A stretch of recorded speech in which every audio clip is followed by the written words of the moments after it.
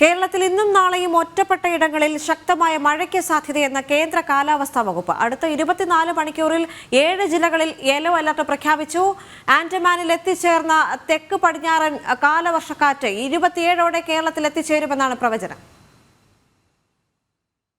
തെക്കൻ ആൻഡമാൻ കടൽ, വടക്കൻ ആൻഡമാൻ കടൽ, തെക്കൻ ബംഗാൾ ഉൾക്കടൽ, നിക്കോബാർ ദ്വീപ് എന്നിവിടങ്ങളിലാണ് നിലവിൽ കാലവർഷമുള്ളത്.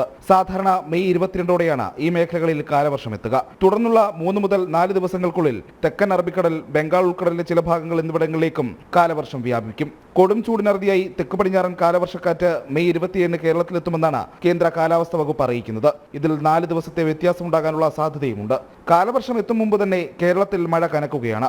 ഇന്നും നാളെയും സംസ്ഥാനത്തിന്റെ വിവിധ ഭാഗങ്ങളിൽ ഒറ്റപ്പെട്ട ശക്തമായ മഴയ്ക്കാണ് സാധ്യത കൽപ്പിക്കുന്നത്. വിവിധ ജില്ലകളിൽ യെല്ലോ അലർട്ട് അടക്കം പ്രഖ്യാപിച്ചിട്ടുമുണ്ട്. ഇടിമിന്നലുണ്ടാകുമെന്നും 40 കിലോമീറ്റർ വേഗത്തിലുള്ള കാറ്റ് വീശുമെന്നും കാലാവസ്ഥാ വകുപ്പ് മുന്നറിയിപ്പ് നൽകുന്നു. ജനം, തിരുവനന്തപുരം.